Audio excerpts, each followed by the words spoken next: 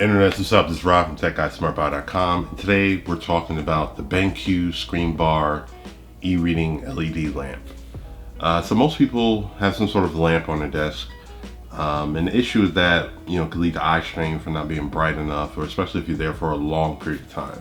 So BenQ came up with this solution. So we spent about a few weeks with it, and we're going to tell you why this is a light you didn't know you need to have. I have it attached on my older 21.5 inch iMac.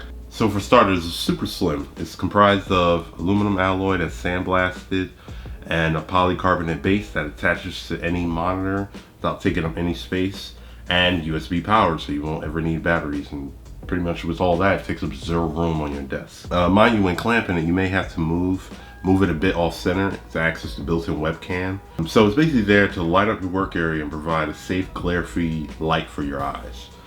So to control it all, you have four soft touch buttons on the top with easy access and adjustments.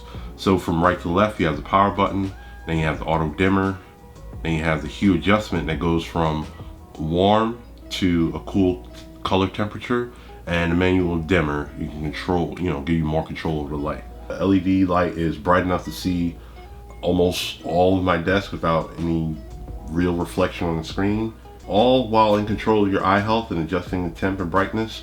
For those of you who spend hours at a computer at a time, definitely lives up to the $99 price tag that BenQ is asking for.